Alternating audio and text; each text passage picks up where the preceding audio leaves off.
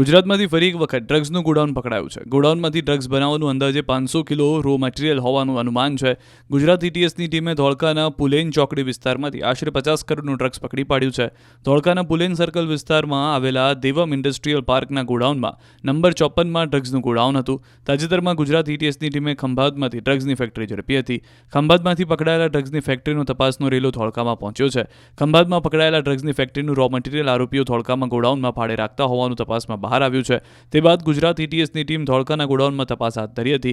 ગુજરાત એટીએસે આખી રાત ધોળકામાં તપાસ હાથ ધરી હતી અને રો મટીરિયલના અલગ અલગ સેમ્પલ પણ લેવામાં આવ્યા હતા.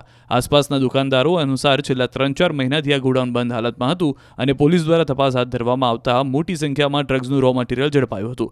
આફ્રિકન દેશોમાં મોકલતા હતા. રણજીત ડાભી દ્વારા મોકલવામાં આવતું હતું રો મટીરિયલ. રાજકોટ એસઓજી ટીમે ઝડપ્યા મેફેડ્રોનનો જથ્થો. અમદાવાદ હાઈવે પર વાંકાનેર કુવાડવા ચોકડી નજીક એક શખ્સને મેફેડ્રોનના જથ્થા સાથે ઝડપી પાડ્યો.